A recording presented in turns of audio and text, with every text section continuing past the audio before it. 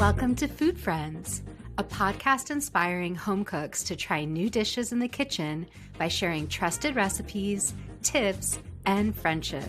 Hi, I'm Sonia. And I'm Carrie. We met in Los Angeles over 15 years ago as personal chefs and haven't stopped talking about food since. We're so glad you're here. Hi, Carrie. Sonia, what was your best bite this week? Carrie, my best bite was stuffed zucchini blossoms. Oh my gosh. That's so extra and how wonderful. I know it's a little extra, but can I tell you, it took less than 30 minutes and it was really the basis of our whole dinner that night. So what happened was I went to the farmer's market. I ran into a chef friend and he had this beautiful bouquet of zucchini blossoms. And I had been tempted by them for a few weeks. There's a newer farmer, and I've just never seen more beautiful zucchini blossoms than this farmer. And they may even be squash blossoms because they're huge. And they're like marigold, orangey, yellow. They're just so gorgeous. So he was carrying them around. And I was like, what are you going to do with them? And he was like, I'm going to make stuffed squash blossoms for my wife tonight. And I thought, oh, you know what? That actually sounds so good. Maybe I'll make them for Jonathan. And sometimes these can be a little pricey, but this farmer is really selling them inexpensively. It was a big, huge bundle for $5. As I was walking around the market with them, so many people asked me about them. One person was like, what do you do with those? Like they had never tried them before. And then other people were like, oh, where'd you get them? And I just love those moments in the market where you're talking to strangers about some summer find. Sonia, that to me is one of the best parts of going to the farmer's market is when you notice something that someone has or someone notices what you have and, you start to exchange recipes and menu ideas and all these things. And I think just for anyone who's never had a squash blossom or zucchini blossom, we're really talking about the flower of the plant. So one thing that's interesting, if you are growing zucchini or squash in your own garden, because that's another way to do it, you don't have to get these at the farmer's market, is there's male squash blossoms and female versions. The female ones produce the fruit, produce the zucchini or the squash. The male ones are kind of like on a long, thin stem. And that makes it really easy to stuff them too. There's almost like a built-in handle as opposed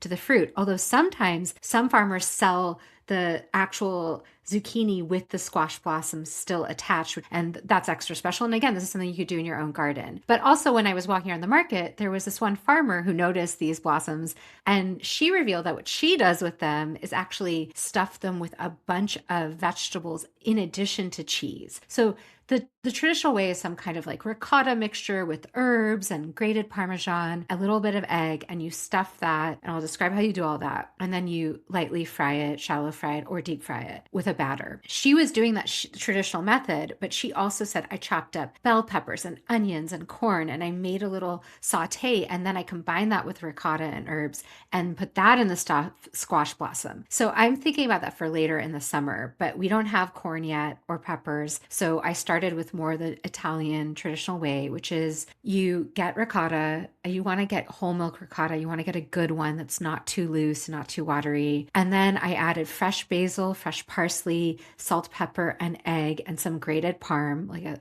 lot of grated parm, and it makes a kind of filling. And then a lot of people tell you have to get a piping bag or a Ziploc bag out, and then you're going to have to pipe it into the squash blossom. I never really do that. I don't have the patience. So I just use a spoon, and it's a little messy and I don't worry about it. But what you do is you have to take out the little center piece of the squash blossom. You remove that, and then you sort of carefully open the petal. So they're just like almost like a taco, and you fill that with the cheese, and then you kind of twist the top of the flower. Yeah. Shut. That. And it makes its own little container. And I would just say, do not worry if this is perfect. Mine were so messy this night. I was just throwing things together. I was having fun. And then I made the simplest ever batter. I would say it's like a tempura batter. If you use tempura batter, it's perfect for this. And what you do is you take basically a cup of flour and about double the amount of seltzer water or beer. You want a carbonated beverage for this. It makes a lighter batter, and some salt. That's all my batter was. It's basically like almost a pancake batter as well. Super, super simple, but no baking soda, no baking powder, just flour, seltzer water, salt. And you dunk those stuffed blossoms into the batter, and then you put them in a cast iron skillet with some oil in it. I didn't deep fry, I shallowed fried. I had half an inch of oil. I fried it on both sides. Our neighbor was standing outside the door. I had run out to say something to them, and my neighbor's like, "Oh, you're in your apron. What are you cooking?" I said, "I made stuffed zucchini blossoms." He goes, "I hate zucchini." So I said, "Have you ever had a stuffed zucchini blossom?" He said, "No." I said, "It's nothing like a zucchini.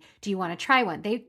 And then his partner was outside too. And they were like, "Oh, we're so full. We just had an early dinner." I was like, "If you've never had a fresh stuffed Come zucchini blossom," in.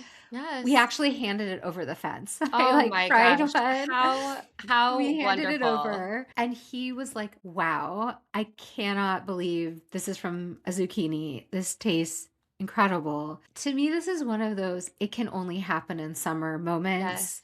Yes. And I really, like I said, made this in 30 minutes or less. This with a little salad, or in our case, we had actually some leftover lentils, like a braised lentil dish that I made earlier in the week. I know that's not an obvious pairing, but it just worked to have these like crispy, cheesy, fried squash blossoms, a little bit of protein. We had this beautiful vegetarian meal. I mean, I think you really are describing a moment of the summer. And one of my favorite cookbooks that I've shared on here before is called Vegetables Every Day by Jack Bishop. I had tasted zucchini blossoms at a restaurant when I moved to Los Angeles. And I think I've had versions where it's ricotta or it's goat cheese with like a little bit of garlic, maybe some herbs. It's very simple. But the way he describes it in the book is that you gather your people around the frying pan and you throw them in and then you kind of pull them out and let them cool just enough. And so this idea of you handing your beautifully fried zucchini blossoms over the fence to your neighbors so that they could experience the magic of the zucchini blossom. It's totally different than eating zucchini in any measure. And it's so decadent, but it's a moment that you're getting for yourself. Even on a weeknight, it didn't actually take that long. You said it only took 30 minutes. Yeah, I had a busy day that day, and I just had to make it because I just bought them. And it is decadent, but it's actually quite light. You're not overly filling these, and the batter is so light. And yes, it's something fried, but the zucchini blossom itself is so light. So somehow, while it is certainly rich, I'm not saying this is health food or something, but it feels quite light, and there is just that comforting amount of ricotta. But Carrie, what was your best bite of the week? Sonia, I'm excited to tell you. My best bite comes from farmers market adjacent. I knew that I wasn't going to be able to get to the market this week, so I actually ordered a farm box. In our farm box came a bunch of plums, which I was kind of surprised to Wow, I know see. you're so much earlier than It's us. very early, but there were also apricots. And Oh, so I was like, what am I going to do with all this fruit? And there were also berries. There were so many things. So I decided to kind of go searching for like, what do I want to make with plums? What do I want to make with apricots? And I came across that extremely famous Marian Burros Plum Torte recipe. I've never made it before. And so decided oh, to you've make it. never made it? I've never made it before. Do you know that it's the number one recipe on the New York Times? Yes, this is the number one recipe of all times in the New York Times. They published it in 1983, and then they published it for like 10 years. And then when they stopped publishing it, people revolted. And so they just publish it every summer now. You know, I think one of the things that they talk about is that one of the reasons why people don't like to see it published is that they publish it when plums are in season, which is kind of usually toward the end of the summer. Carrie, what do you mean they don't like to see it published? Well, because it's a sign of the end of the summer.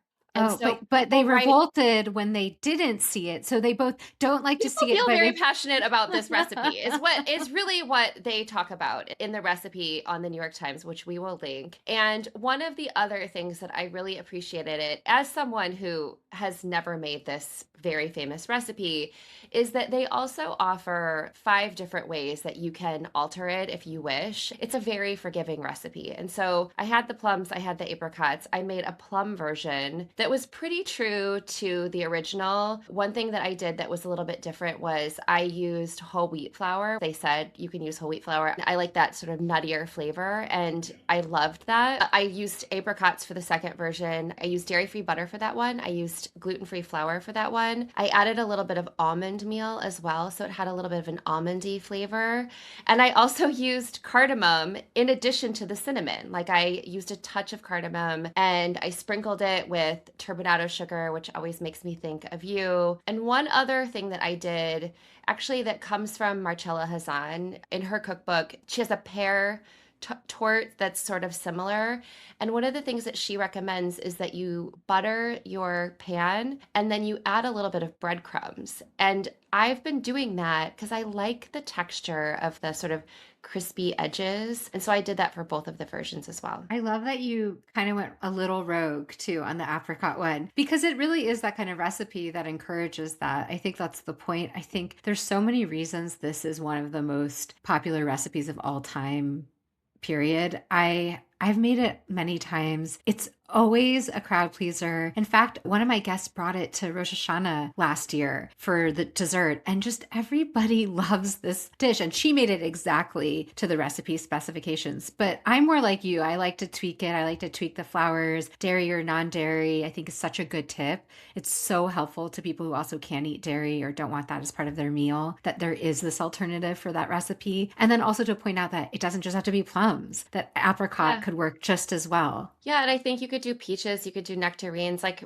cherries. It's a very forgiving cake recipe, essentially. And what I also really like about it is that it's really not too sweet. And so this to me is like one of those permission to eat for breakfast with like a little bit of yogurt or, serve it with a scoop of ice cream. Or the day that I made it, James kind of came home late and he was doing some dishes and he came out. I went outside to water the garden. He came in, he goes, "I'm so sorry. I ate like 2 pieces of that cake," because he just couldn't. I think he tried a bite of it and then he just kept eating it. Can't stop. You really can't stop. Mac really loved it too. It's freezer friendly. There's so many things to love about it. I was surprised and not surprised. I was surprised by how much I loved it. And then also, given its history and given how many people love this recipe, I just think it's something that every home cook should know. Yeah, I do think it's just that great thing to have in your recipe box. Also, I have to say my favorite absolute version with it, I think, is how she mentions to use it, which is with Italian plums or prunes. They usually happen in late summer here. Yes. And even can last into end of September, which I like too. And this is what, to your point, people get upset because it means it's the end of summer, because it's usually published at the time that those plums, which are kind of the last stone fruit of the year, you're mourning that they're going to go away, but it's just the best possible way to eat them and experience them. Yeah, and the fruit that I had was really tangy. So there wasn't there wasn't that sort of sweetness, which I kind of liked. I counterbalanced that by adding a little extra spoonful of sugar on top. Yeah, that's a great way to do it. And it also makes it, like you said, something you might not feel bad about eating for breakfast. Oh, I don't feel bad at all. I love that, Carrie. Well, until next time. Until next time. Bye. Bye. Thanks for being our food friend. If you enjoyed our podcast, please subscribe, leave us a review, and share this episode with friends. We love hearing from you, so follow us on Instagram or drop us a line at foodfriendspodcast.com. Yes, we'd love to hear from you and your food friends. Happy cooking and eating!